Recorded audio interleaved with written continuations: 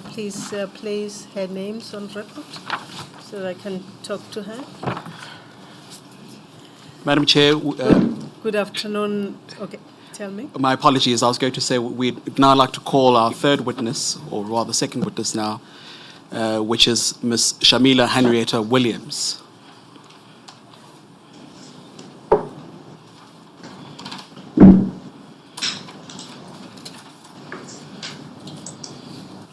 A very good afternoon to you, Ms. Williams.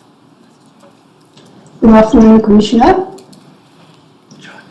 Thank you very much for making yourself available, and our apologies for having kept you waiting this whole morning.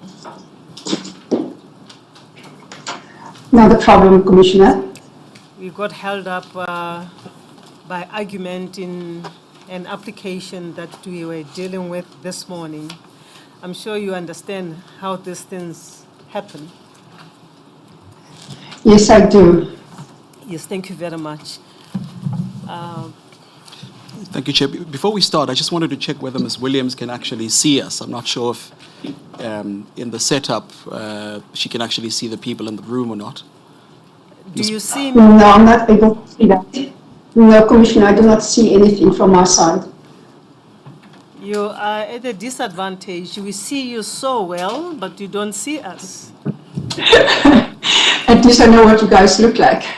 Okay. Commissioner. Thank you, Chair. With your leave. Ms. Williams, I'm sorry. I have to swear her. Yes, I'm sorry. Madam, what is your rank? I was a senior investigator at the ICD that then became the IPID, Commissioner. How do I address you? Ms. Williams. Miss Williams. That's happy correct, with that? Commissioner. Yes, thank you. Miss Williams, do you prefer to take an oath or make an affirmation? An oath or affirmation? An oath is good. An oath is good, Commissioner. Yes, thank you. You may refer to me as chairperson. Got that, Chairperson? Yes, ma'am. Thank you, ma'am. Do you swear that the evidence you are about to give will be the truth, nothing else but the truth? If so, raise up your right hand and say, "So help me God." So help me God. Thank you, madam. Thank you, Chair. Ms. Williams, you have provided a written statement to this panel. Do you have that statement with you? That's correct, Chairperson. And if we could go to the second page of that statement, you'll see at the top right corner it says 3-2. Do you have that? No, just hold on. No, I do not have that. What appears on the second page of your statement? That's my name. Right. And a short resume. Yes. And then at the end of that, on page 50,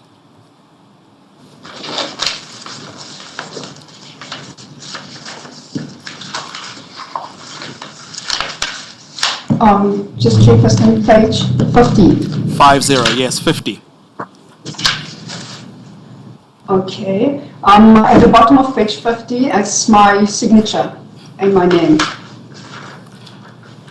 Thank you, Ms. Williams. I see, though, that the statement doesn't have a date. Can you confirm to the panel the date on which you signed the statement? The date on which I signed the statement would have been on the 2nd of March, 2026, Chairperson. That would be today. That's today's date, correct, Chairperson. And did you read the contents of the statement carefully before signing it? Yes, Chairperson, I read the statement thoroughly, and I agree with what is said on here. And do you confirm whether they are true and correct to the best of your recollection? Yes, I do confirm that it's correct to the best of my knowledge, Chairperson. And do you consider the contents of the statement binding on your conscience? Yes, I do, Chairperson. Thank you, Ms. Williams. Chair, we haven't agreed on a particular protocol for virtual hearings, but I do see that there's a hand at the bottom left corner of Ms. Williams. Could she just confirm who is in the room with her? Chairperson, my attorney, Peter Allen, is here with me. Chairperson, unless there's no issues with her having the assistance of her attorneys, I'd like to proceed. I don't foresee any problems, but as you are testifying, you are under oath. You are not going to discuss whatever you are testifying about with anybody, correct? No, Chairperson. Yes, Chairperson. Thank you, Ms. Williams. Could you begin by telling the panel when you first joined the South African Police Service? I joined the South African Police Service in the year 1991, directly out of high school in March. I became a student constable and I attended my training at Bishop Lavis Training College in the Western Cape. My training was completed in and about September of 1991, Chairperson. And what was I was then stationed at... I'm sorry, I was going to ask, what was your first posting after your training? My first posting after my training was at Bloemfontein Flying Squad. I worked from there from September 1991 until, I think, somewhere in 1993. And over the course of your career at the South African Police Service, what positions did you hold? I was a constable at this stage, and then I was transferred to East Rand Radio Control in Benoni in 1995. I was then transferred to Benoni Police Station in 1996, where I became a sergeant, and I was working in the administration section in the beginning, and then towards 1990, I think in February 1996, I became a detective sergeant. And in paragraph 7 of your statement, you speak about your career in August 1996. Could you tell the panel more about that? Yes, in August 1996, Chairperson, I joined the SAPS Family Violence, Child Protection and Sexual Offences Unit in Benoni, also as Detective Sergeant. At FCS, I specialized in investigation of crimes against vulnerable groups, including gender-based violence, child abuse and sexual offences. My detective work in FCS unit focused on sexual offences and domestic violence. And what did your duties include? My duties included investigating cases related to gender-based violence and serious criminal offences, conducting witness interviews and compiling detailed investigation reports, preparing and distribution of SAPS press releases, attending court proceedings and regular operational meetings, maintaining and updating all investigative and administrative records. And then in paragraph 9, you tell us about what happened in August 1999. Could you tell us more about that? Yes, there was an incident in 1999 where a colleague of mine and myself were involved in a near-death incident in Davidton and Benoni. And that actually affected me a lot, and I decided to leave the police, and I pursued Christian ministry up until about 2002, where I took up employment as an administrator in the private sector. I then joined ICD in June of 2006, where I was employed as a senior investigator. By the time I left, it had become IPID, and I left in 2014, August. And for the people watching at home, what's ICD? ICD is the Independent Complaints Directorate, Chairperson. And you tell us at paragraph 10 that you were a senior investigator there. As senior investigator, Yes. what was your mandate and duties? My mandated duties was to conduct investigation into criminal offences involving members of the South African Police Service as well as Metro Police, conducting witness interviews, collecting and preserving evidence, liaising with technical experts, including forensic pathologists and ballistic experts, compiling investigation reports and memoranda for the IPID management, the Director of Public Prosecutions and SAPS, managing multiple high-priority cases simultaneously, attending court proceedings and internal departmental hearings, ensuring compliance with investigative protocols and documentation standards. And then in paragraph 12, you tell us at IPID that you completed various training courses. Could you tell the panel more about that? Yes, Chairperson. While in IPID, I completed various training courses, including specialized training in sexual offences, torture-related cases, and asset forfeiture. I left IPID in August of 2014. The circumstances of my departure were unhappy. I've always been someone who does not keep quiet when a wrong has been done. I ask questions and challenge authority. These traits have strained my relationships with and alienated colleagues, but they've also driven me to fight for to investigate cases involving serious wrongdoing that no one else wanted to investigate. Unfortunately, my persistence in investigating matters in the face of opposition from our IPID colleagues and SAPS members made me a target. Ms. Williams, we'll come back to that a little later. And if I could ask you to speak a little slower. The panel's trying to make notes as you're speaking, and it's difficult to follow at the current pace. Could you just tell us... Thank you, Council. Thank you, Chair. Could you just tell us, in the course of the work that you did at the ICD, what kind of matters were you investigating? At IPID, what we were investigating was death in police custody, death as a result of police action, misconduct conducted by police officers as well as Metro police officers. Sorry, Ms. Williams, just a little slower, please. So the first one was? Death as a result of police action. Yes. And then death in police custody. Yes. And then misconduct by either SAPS members or Metro police members.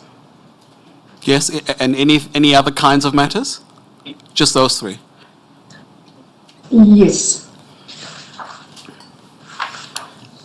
And then do tell us, in the course of your work at IPID, and we'll get into more details with this later, did you make any recommendations either to the police or any other organs of state? Yes, I would have made recommendations to the police as well as the Director of Public Prosecutions and also IPID management. Now, we will skip over paragraph 16, 17 of your statement. Rather, actually, let's skip over paragraph 16. If you could just read what is stated in paragraph 17 of your statement. I am well placed to address the allegation because as a senior investigator in the erstwhile Independent Complaints Directorate, also referred to as ICD, now the Independent Police Directorate, IPID, I investigated a number of the killings which formed the basis of that prosecution. In particular, I investigated the killing of members of the KwaMapungulu Taxi Association, also known as KTA, in the course of Cato Manor, SVC, purported investigation into the killing of SAPS Superintendent Tono on 27 August 2008 and in Nkosi Zondi. Yes, and in paragraph 18? In some of the Cato Manor cases I investigated, I was the lead investigator assigned to conduct the ICD's statutory mandated investigation into the killings. In fulfillment of its role as the independent body responsible for overseeing the police and ensuring police accountability for deaths as a result of police action, those matters were Berea Cas 288 of 5/2008, Durban Central Cas 185 of 2/2009, and KwaMashu Cas 698 of 11/2009. Yes, please go on. as a direct result of my investigation into the killing of Mr. Bongani Mkhize in Durban Central CAS 185 of 2009, I also took the initiative to have the ICD's investigation into other KTA killings reopened. Those matters were Kwadukuza CAS 39 of 9/2008, Howick CAS 106 of 9/2008, and Mandini CAS 76 of 9/2009, as well as Umkoma's CAS 235 of 10/2008. And then you tell us information. In total, yes, go on. In total, I was the original lead investigator in 3 of the 23 murder dockets identified by the NPA for prosecution, and conducted a re-investigation into 4 dockets concerning the killing of KTA members by members of the Cato Manor SVC between late 2009 and around August of 2010. I also attended the scene of other killings included in the 23 dockets, although, as I have explained below, I was not the lead investigator in these matters and was not involved in the investigation beyond assisting the lead investigator to conduct an initial inspection of the scene. Yes, in paragraph 16, and we'll come now to paragraph 21, you state that you are familiar with the terms of reference of this inquiry, and that a central allegation is that Advocate Chauke supported and advanced the decision to prosecute the Cato Manor unit, notwithstanding that there was no evidence justifying that decision. Could you provide an explanation, I think it's in paragraph 21, why you say that you're familiar with the terms of reference and why it is that you've decided to give evidence to this inquiry? Okay. The prosecution that lies at the heart of this inquiry arose from the reopening of the ICD and IPID investigations by a joint IPID and Directorate of Priority Crimes Investigation, DPCI task team, established in late 2011 following the Sunday Times publication of Shoot to Kill, inside the South African Police Death Squad, an expose on the killings committed by the Cato Manor SVC. The IPID task team's investigations commenced several months after my investigations into the KTA killings were interrupted by an inexplicable decision by the DPP's office to send the dockets to a formal inquiry instead of prosecution. I was not a member of the 2012 IPID task team, nor was I consulted when it commenced in what would be a third round of investigation for some of the dockets, Chairperson.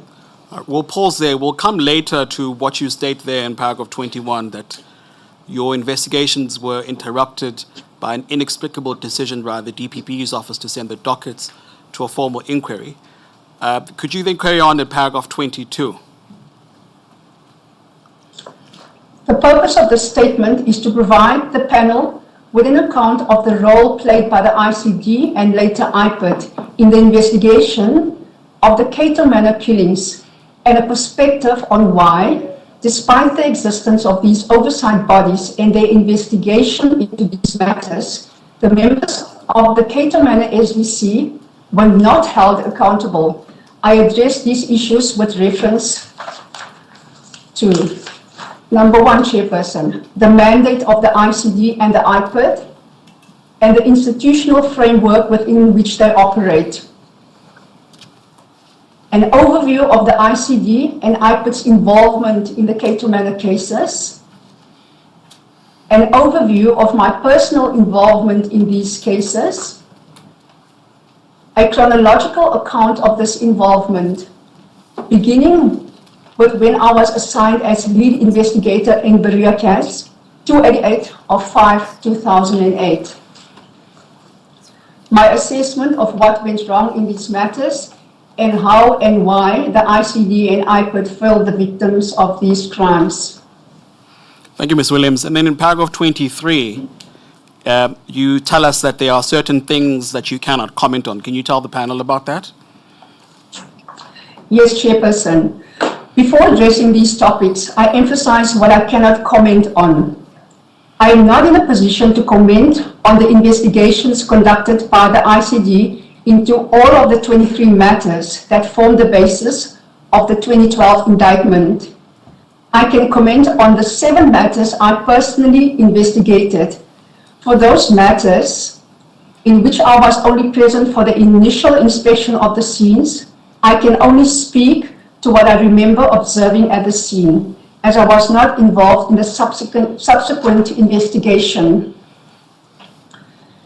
I am not familiar with the investigation that was conducted by the task team in 2012 and the further evidence which it did or did not uncover. I can confirm, however, that the evidence I gathered in the course of my investigation in the above matters was, in my view, sufficient for a successful prosecution of murder charges against the relevant members of the Cato Manor SVC. Thank you, Ms. Williams. We will skip over paragraphs 24 to 28 and get right to paragraph 29, in which you inform the panel about the importance of an independent police watchdog, I'll call it. Why do you say so? I'm going to read the mandate, section 29. Section 206 of the Constitution provides for the establishment of an independent police complaints body by national legislation. Pursuant to this, the Independent Police Investigative Directorate, IPID, was established in terms of the IPID Act, which came into force on 12 May 2011. Section 2 of the Act assigns IPID an oversight role over the South African Police Service and municipal police services. The forerunner to IPID was the Independent Complaints Directorate, ICD, a notionally independent body established in terms of Section 50 of the South African Police Service Act 68 of 1995. Right. From my experience as an I'm sorry, Ms. Williams. Before we get there, we'll come back to paragraph 31. In paragraph 30, you say that the ICD was and I'm quoting here, a notionally independent body. Why do you call it a notionally independent body? IPID was supposed to be operating independently from the South African Police Service. Yes, and what made it fail to operate independently from the South African Police Service? The ICD at that time was reporting to SAPS, and which in my opinion, I thought that they were supposed to only report to the then Minister of Police, but that was not the case. So what's wrong with that? So the ICD is set up as a structure reporting to SAPS, and your view is that it should have gone to the Minister. What's the problem with that? The problem that I had with that is that we are reporting to the very same people that we are supposed to be investigating. Right. Then paragraph 31. From my experience as an ICD investigator, I understand that independent oversight of the police is essential in a constitutional democracy. The police exercise significant powers, including the power to arrest, to use force, and in certain circumstances, to use lethal force. Because of the seriousness of those powers, there must be an independent body that investigates allegations of misconduct, brutality, corruption, or unlawful killings involving members of the police. One form of oversight is an independent investigation. Yes, please go on. One form of oversight is an independent investigation into potential wrongdoing by the police, including deaths as a result of unjustified police action, death while in police custody, torture and sexual violence by members of the police. This has been a critical function of both ICD and IPID. Yes, please go on. Paragraph 33. Such investigation, Chairperson, are not only important for the individuals directly affected, but also for maintaining public confidence in the police service. Where deaths occur as a result of police action, or where serious allegations are made against police officials, it is vital that those matters be investigated thoroughly, impartially, and without any actual or perceived interference. Only in that way can accountability and transparency be ensured. And then in paragraph in paragraph 34, you state there to the panel that there were serious structural defects. Could you tell the panel more about that? However, as I explained below, Chairperson, there were serious structural defects in the ICD that made it a toothless organization. While it was notionally independent, it reported directly to SAP's commanders about its investigations. And then in 35, you tell us that the ICD was then replaced by IPID in May 2011. Is that correct? That's correct, Chairperson. The IPID was then replaced by the IPID in April of 2012. Is it May 2011 or April 2012? The IPID Act actually came into effect in April of 2012. So is that an error, what we see there at paragraph 35? I think the error must have been prior to that because the Act started in April of 2012. All right. That's when IPID started operating. Chair, I just want to check whether the version you have has that error or not, the version that the panel has.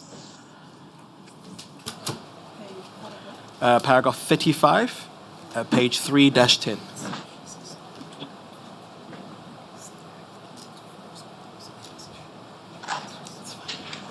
Ascertain first with you. Remember you sent us a version that we read last night. Yes, Chair. This version, is it the corrected one? This is the one the panel has with the signature is the corrected version. Is it correct? It should be the amended one. Yes. So it reflects, just to confirm, it reflects April 2012 in paragraph 35. Thank you. Sorry, Ms. Williams. Now, I've got the old version here, so we'll go on the one that was corrected. So you continue then in paragraph 35. Would you please read that? Accordingly, the oversight body that investigated many of the Cato Manor cases that are the subject matter of this inquiry, which concerns incidents taking place in 2008, and 2009 was ICD. Further, due to the establishment of task teams to investigate the Cato Manor killings in December 2011, they were also investigated by an IPID task team in the course of late 2011 and early 2012. Yes, please go on. My experience was that whilst IPID was given more bite in terms of its powers, it functioned in a very similar manner to ICD, although regulated by different legislation and regulations. I briefly outlined the statutory framework in which the ICD operated and the current framework under the IPID Act. I then provide a high-level overview of the ICD and IPID's investigative process. Yes, before we get to... the independent... Sorry, Ms. Williams. Yes. Sorry, before we get to that, I just have one question to clarify with you in respect of paragraph 34, in which you say that there were serious structural defects in the ICD that made it a toothless organization, and that whilst it's a notionally independent organization, it reported directly to SAP's commanders. I just want to know, in your experience as a senior investigator of ICD, how did this affect your work? It affected the work in where you were limited in what you could do and what you could get from SAPs. Because when SAPs actually closed ranks on you, there was nowhere else to go, and it made your work to find evidence or speak to even SAPs members very difficult. So it affected your ability to cooperate with the SAPs. Am I understanding that correctly? Your understanding is correct, Chairperson. All right, you were about to read paragraph 38 and onwards of your statement. Please do. Chairperson, the Independent Complaints Directorate. The ICD was mandated to investigate, amongst other matters, allegation of serious misconduct by members of the SAPS, as well as deaths in police custody and deaths resulting from police action. These were regarded as particularly serious matters because they involved the use of state power and in some instances the loss of life. It was intended to operate independently of the SAPS. However, such independence was not secured in the manner the ICD operated. In my experience, while the legislation expressly prohibited any interference with its work and required other organs of state to respect and protect its independence and effectiveness, this often did not happen and there were no mechanisms available to enforce this against SAPS. As far as I recall, the only way of addressing non-cooperation from SAPS was to go directly to the KZN Head of Detectives, Commissioner Brown, and hope that he would intervene. Could I ask you about paragraph 39 a little more? Outside of addressing issues with Commissioner Brown, as you say in paragraph 39, did the ICD have any other mechanisms of enforcing cooperation with the SAPS? I suppose then they would have to speak to whatever provincial commissioner there would be and engaging them in getting what we wanted. So you had said earlier that one of the ways ICD operated was to report back to SAPS. Is the mechanism... That's correct, Chairperson. Sorry, is the mechanism that you are referring to now the same? That if you needed more cooperation, you just have to go back to SAPS again? That's correct, Chairperson. And outside of SAPS, as the ICD, did you have any other mechanisms of enforcing cooperation? Not that I was aware of, Chairperson. So then what would happen if SAPS did not cooperate? If SAPS did not cooperate, then you would be at a loss. There would be nothing else that you would do. If they don't cooperate, then your investigation is not going to go anywhere. Thank you, Ms. Williams. And then in paragraph 40. Whilst deaths in police custody or resulting from police action are not matters that should be investigated by SAPS itself, the practical reality of the manner in which ICD operated meant that in many investigations, it was SAPS that did the investigative work with the ICD investigator monitoring the investigation. As I explained further below, the ICD did not have true institutional independence from SAPS. There were parallel SAPS investigations into the same incidents. The ICD was not permitted to interview police officers involved in the shootings at the scene of the shooting. Instead, their versions were relayed to us by SAPS duty officers at the scene. We'll come back to that later, but I just want to ask you another question based on the answer you've just given, which is that if you had no cooperation from SAPS, that would be what would happen to your dockets, your investigations? When we have no cooperation from SAPS, whoever else witnesses that you secure, that is all that you will have. And then you will have to wait until SAPS one day decide that they will cooperate with you. And that was not always the case. There wasn't much that myself as an investigator could do. You would go to your management and ask them for assistance. And then you will have to wait for SAPS to respond. And if there's no response from SAPS, what then would become of those investigations? Absolutely nothing. Your investigation will not go to where it's supposed to go to. And where would that be? Where would where's the investigation supposed to go to? If you want to have a prosecution, for instance, if you want to get more information from your SAPS member as to what had transpired at the scene, if they're not going to cooperate, there's nothing else that you can do about it. So the investigation becomes what? Does the ICD close its file? What does it do with that? The ICD would normally close its file. And then here, Council, I'm sorry. paragraph 39. Ms. Williams, paragraph 39, the second sentence. It is not clear to me what it means. You are dealing with the ICD. When you look at paragraph 38, paragraph 39, it was intended to operate independently of the SAPS. However, such independence was not secured in the manner the ICD operated. Would you please elaborate there? Yes, Chairperson. Even though the Act says that we have all these powers, there wasn't much that we could do. We also always relied on SAP's cooperation for our investigation, to further our investigation if we wanted to secure prosecution or things like that. And that was not always the case, because sometimes you got stonewalled and the police closed ranks on you. Yes, thank you.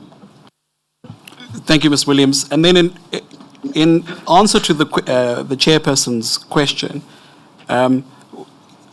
you make mention there in paragraph 40. Could you just elaborate what you state there from, as I further explained below, the ICD did not have true institutional independence from SAPS. Could you just, in your own words, do you have that? You said paragraph 40. 40. You say, as I explained further below.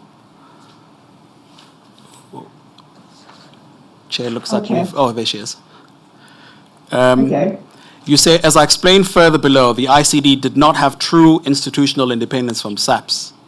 And the chair is asking you, what do you mean by that? Particularly because in 39 you say independence was not secured in the manner in which the ICD operated. Could you just explain more what you mean by that? ICD was always reliant on SAPS to provide us with everything. From ballistic reports, LCRC, everything that you needed came from SAPS anyway. So you had to wait for them to provide you with reports. If you wanted to speak to, say for instance, suspects, you would have to wait, and if they do not want to give you an explanation, there was nothing that you could do about that. Did ICD not have that internal capacity itself? ICD did not have the internal capacity itself. And then you mentioned there in paragraph 40 that there were parallel SAPS investigations into the same incidents. Could you explain how that came to be? At times, I will explain it this way, Chairperson. There would be a shooting, a death as a result of a police action. And then SAPS would have their investigation that they are conducting. ICD would have a separate investigation that they were conducting at the same time. So both of them would be doing exactly the same work.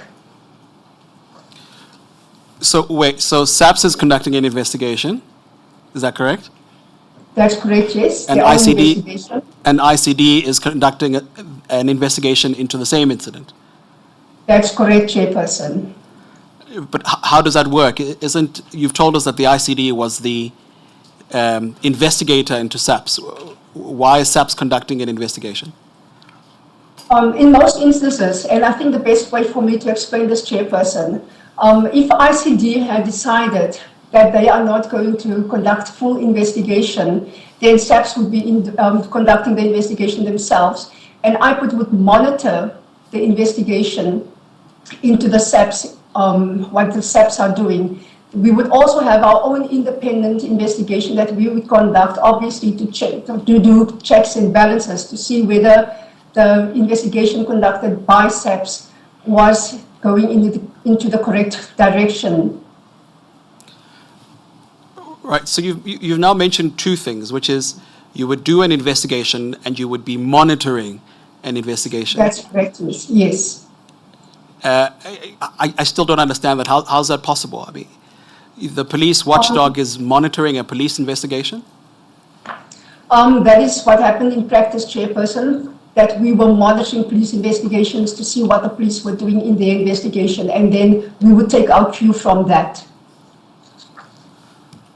Right. Now, what would happen in the instance where the police did not want to conduct an investigation, but the ICD did.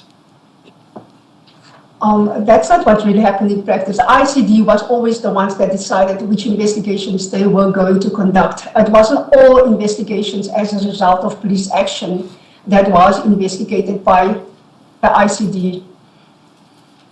It wasn't all incidences that were investigated by the ICD. That's correct, Chairperson. I think your statement speaks more about that particular process later, so perhaps we'll get a little bit more clarity later. Okay, good. Then the third thing that you say in paragraph 40. Just before you proceed, I'm trying to understand what you say about the apparent cross monitoring. Mrs. Williams, you say in most instances where the ICD has decided that it is not continuing investigation, SAPS would do the investigation, which would be monitored by the ICD. Am I correct thus far? You are correct, Chairperson. Okay. Now, upon the SAPS completing the investigation, would the ICD then have the power to then maybe make recommendations about that matter that has been investigated by the police? Yes, ICD will then make recommendations based on that. But then would there be an instance where ICD has decided not to proceed with the investigation, the police decide to proceed, and then the matter never comes back to the ICD? Or what is the position? Would the monitoring be in respect of all matters, or would it be in respect of selected matters? That, Chairperson, would obviously be in respect of selected matters. What would inform the ICD as to in respect of which matters? Because I think we're talking about matters that involved the police conduct in this case. Now, in respect of which would, or what would inform the decision to, yeah. Yes, Chairperson, I understand your question. What would happen is you would attend the crime scene, say for instance where shooting occurred. And what we normally would do, we would make inquiries and find out what exactly happened, that led to the shooting. We needed to establish that. And then based on the information that we find at the scene, it would normally sort of give you an indication whether the shooting was justified or not. And based on that, the ICD would then make a decision whether they are going to conduct full investigation or whether they are going to allow the South African Police Service to continue with that investigation, and then the ICD would then monitor that investigation. Would the investigation docket be closed without the final word from the ICD? I'm talking about these cases where the ICD would be monitoring progress in. Yes, Chairperson, the ICD would not have any input in those matters.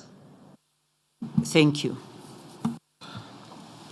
So you're saying there are matters that you were monitoring and matters in which you were conducting what you've now just said is a full investigation? That's correct, Chairperson.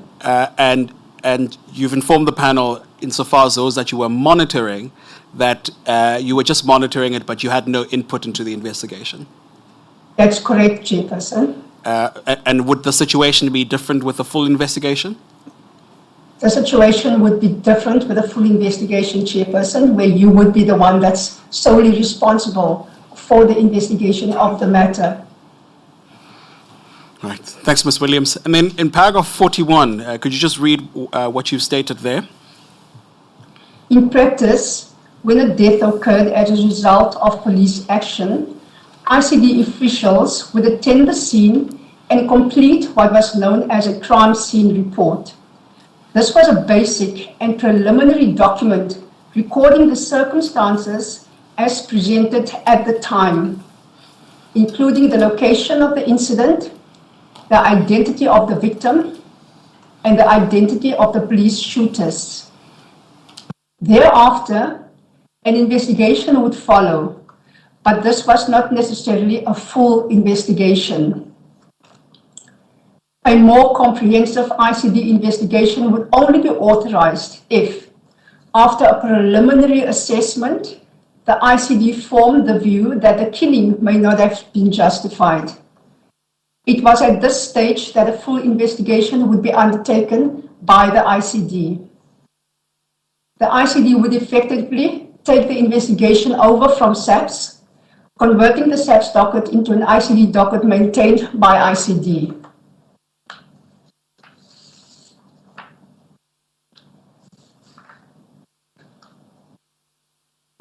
Apologies. In paragraph 41, you've mentioned there of a crime scene report. Just again, in your own words, just explain what that document is. It's a crime scene report, ICD 7/2. And This is ICD a what, report. sorry? 7/2. What is that? It's a crime scene report. So no, when you say a crime scene report is ICD/7/2, I'm asking what is ICD/7/2? That is a crime scene report that is then compiled by the ICD, where we gather all information relevant to whatever crime scene that we are attending. So it's what, a form, a document? Yeah, it's a form that we complete, a pro forma that was that the ICD used. Right. Sorry, I interrupted you. You were still explaining what a crime scene report is? Crime scene report is what ICD used to record all relevant information that is gained from a scene when you go there. Everything that, every witness that you interviewed, who the shooters was, all the relevant information that we would use to then further conduct an investigation that would assist us in doing so. Thank you. And so you just walk us through the steps. You've already informed us a little bit about that. You told us that you attend to a crime scene, and then what happens? You attend to a crime scene, you engage the duty officer, because that is the contact person that you are going to speak to from SAPS, that's going to give you all the information regarding what transpired. You get the names of the shooters, you get the story of how this matter transpired and how it came to that the police actually used firearms that resulted in the death of a person, a citizen, a normal citizen. You would get names of all the witnesses involved, the firearms, everything relating to what has transpired, you get at the scene. And you record it as such, because that is going to guide you into your investigation. And would I'm sorry. I just missed that, the description of the officer. You say you engage the what officer? The duty officer. Duty officer, thank you. Yes. And tell us, would all of this information be recorded in the crime scene report? That is correct, Chairperson.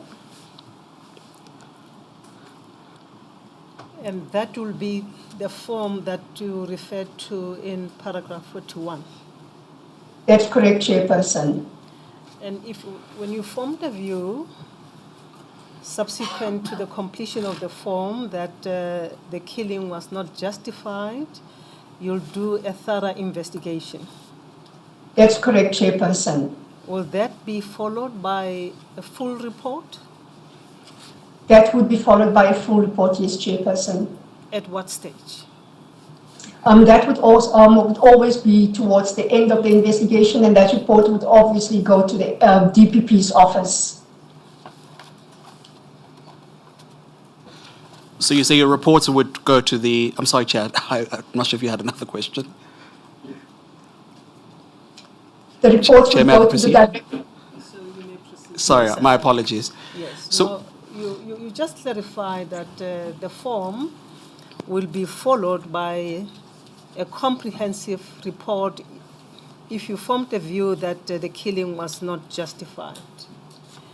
And you answered that yes, and thereafter, that report, that comprehensive report, will then be submitted to the DPP, to the relevant DPP.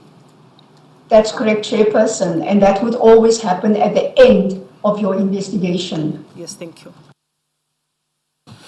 Thank you, Ms. Williams. We're now at paragraph 42 of your statement and onwards. If you could just read that and place it on record. The IPID replaced the ICD as the statutory body responsible for police oversight. Like the ICD, it was intended to function independently of the SAPS and to investigate alleged criminal offences and serious misconduct by members of the police. Its purpose was to ensure accountability and transparency within the police service. Yes, please go on.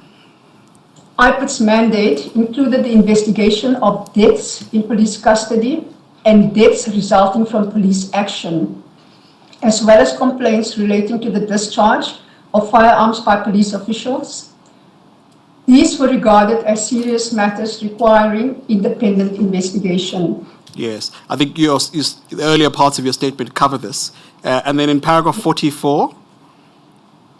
The IPID investigators are vested with full investigative powers similar to those exercised by police investigators under the Criminal Procedure Act.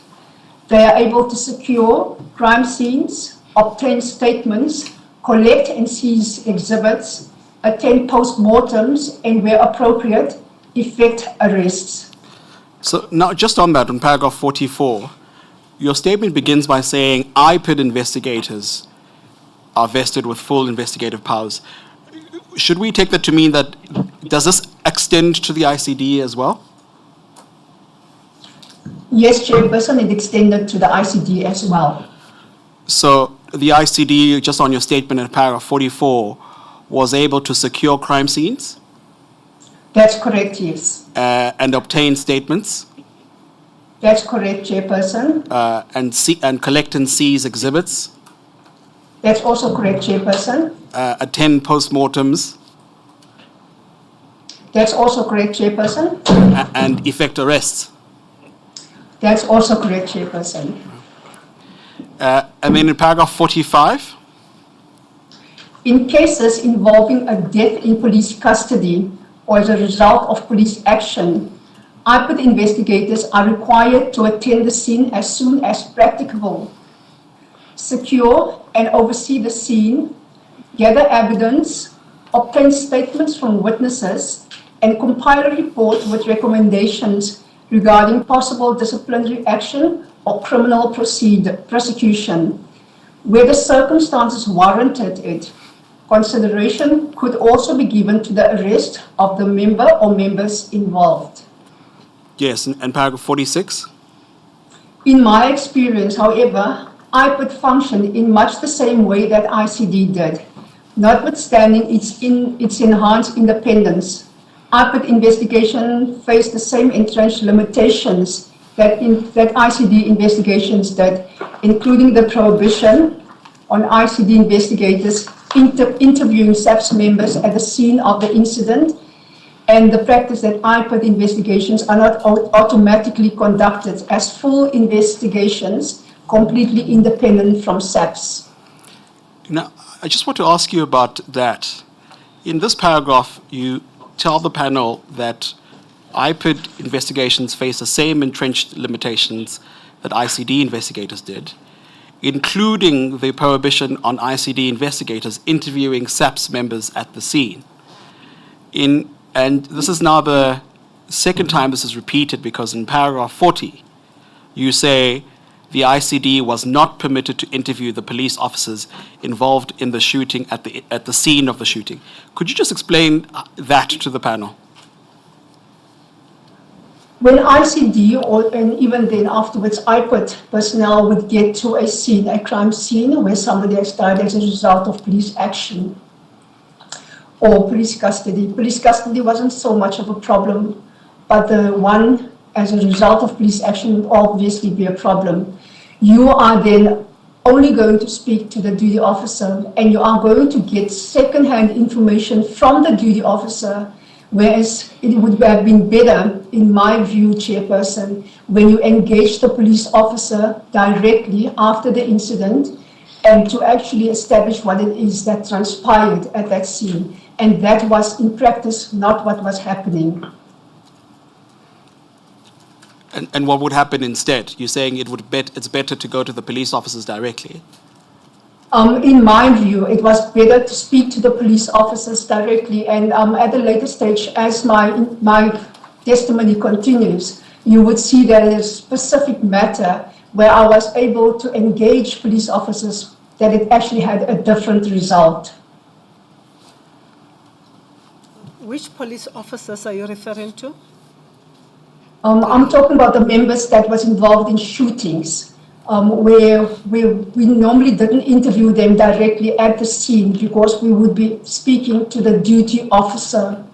But there is one instance at a later stage, as my testimony continues, that you will actually see clearly that when I speak to the shooters that was involved, that there is actually a different result.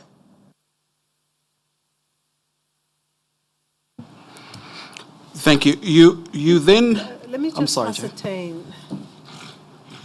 Why so? Is it because members of the SAPS who would have arrived at the scene before you would close rank and protect their colleagues, or what would have been the position? Why is it better to speak to the shooters directly?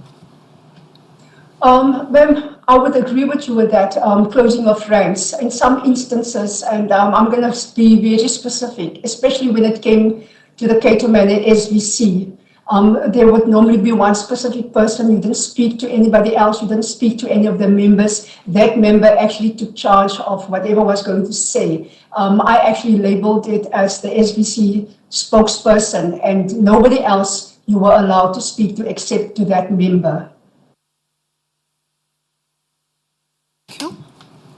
Just a follow-up to what my sister has asked. You say it was always better to talk to the concerned police officer. But then the question is, were the IPID or ICD investigators barred from consulting or interviewing the concerned police officer or the alleged perpetrator at the scene? Was it something that is a rule, whether it's written or not, or is it just practice that developed and became sort of the law out of just practice? I would say that it was out of practice, ma'am, that it became the law. Because when I came to KZN, for instance, that is what they were doing. So I had to fall in what was happening in KwaZulu-Natal. And would this bar only relate to the interview at the scene of crime, or would it go even beyond that you are not allowed or permitted at all to interview the alleged perpetrator? No, ma'am, that would only happen at the crime scene. You would later then be allowed to speak to these people. Thank you. Chair, may I? May I proceed? Yes, proceed. Thank you very much, Chair. Then, Ms. Williams, on page, at least on our side, 3-13, which is page 13 on your end, you have a section called the ICD investigation process. Could you just walk us through that? Yes, Chairperson. In what follows, I distill the broad outline and timeline of an investigation conducted by ICD into death caused by police action. I will refer to the ICD because the IPID was only established at the very end of my investigations into Cato Manor. However, as I have explained, in my experience, IPID investigations were substantially the same as ICD investigations. Whenever there was a death caused by police action, ICD investigators would conduct an investigation into the death and prepare a report. In broad terms, the ICD's investigation would unfold as follows. Whenever an incident occurred within the jurisdiction of the ICD, in this case, a death as a result of police action, the SAPS would alert the ICD immediately. In every case involving a death by police action, SAPS would assign the case number, a CAS number, case administration number, and open a docket. The ICD would assign the case a case console number and open a file. As soon as possible, the ICD would deploy an investigator to commence an investigation. What will stand for CCN? CCN is case control number.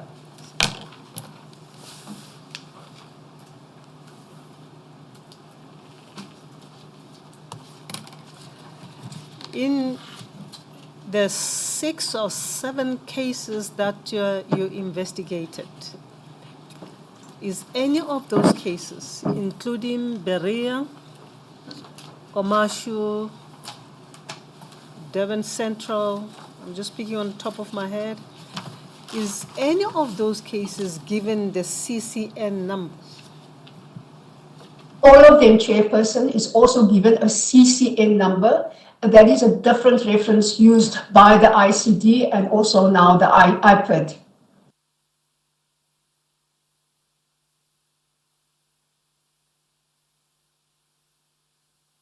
Council, because in all the dockets that I've seen, I've not seen anyone referred to as CCN. Yes, Judge. No, we will. In fact, I think in the statement in paragraph 116, the individual CCN numbers for each of these dockets are set out by Ms. Williams, but we can come to that later. Indeed. Guide us there. Yes. Thank you, Chair. Ms. Williams, you were still at paragraph 49.3. Okay, I'm going to repeat 49.3. As soon as possible, the ICD would deploy an investigator to commence an investigation. In most cases, this meant that ICD investigators would immediately be sent to the scene of the incident so that he or she could conduct and prepare a report on the scene while the SAPS and the LCRC were still processing the scene. 2 ICD investigators were always, under normal circumstances, deployed to a scene together. The investigators would conduct an inspection of the scene and complete the pro forma ICD crime scene report, and the form is called the ICD 7/2. Within approximately 1 business day of the incident, the ICD allocation panel would determine which of the investigators would be the lead investigator in the case. I do not know what criteria the panel applied when assigning investigations. The lead investigator would conduct the investigation to completion. In most cases, the other ICD investigator, that would now be the second investigator, who attends the scene, is not involved in the investigation that followed. The second investigator could file a statement regarding the inspection that would be included in the ICD docket or the ICD file. This was not mandatory. On arrival at the scene, the ICD investigator would identify the SAPS duty officer and have a brief discussion on what had occurred. At this stage, the version of events conveyed to the ICD investigator would be the police member's version by the duty officer. The established practice was that the ICD investigators were not permitted to interview the police members involved in the incident at the scene. ICD investigators were able to interview the members at a later stage. I disagreed with this practice because there were no principled reason why ICD investigators should not be allowed to speak to the very persons they were investigating at the scene before they had an opportunity to get their stories straight. The inability of ICD investigators to talk to members on the scene was especially problematic when investigating the Cato Manor killings, because in those cases, the members' justification for the killings relied heavily on numerous members telling the same story. More generally, the expectation was that SAPS members on scene would provide the ICD investigator with full cooperation and assistance. The ICD investigator would be given access to the scene and would be able to investigate any non-SAPS witnesses on the scene. Once the investigator's assessment of the scene was complete, they would prepare an ICD crime scene report, Form ICD-7, setting out the location of the scene, the particulars of the deceased, SAPS members involved in the incident, and the identity of the shooters.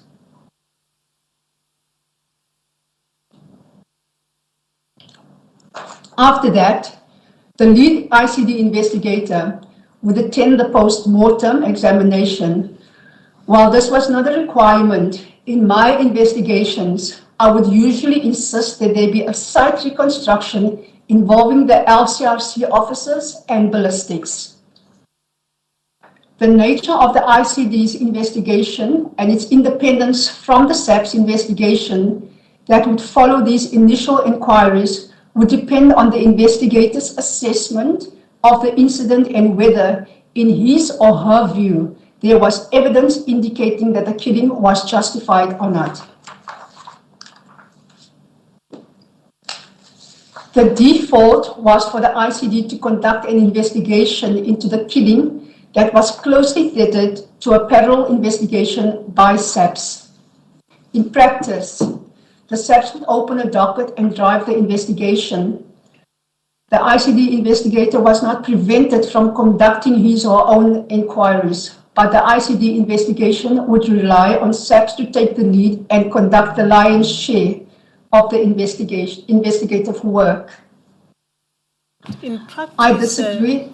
Ms. Williams, in practice, will this not defeat the very purpose why these specialized bodies were created? Exactly my point, Chairperson. This would defeat everything.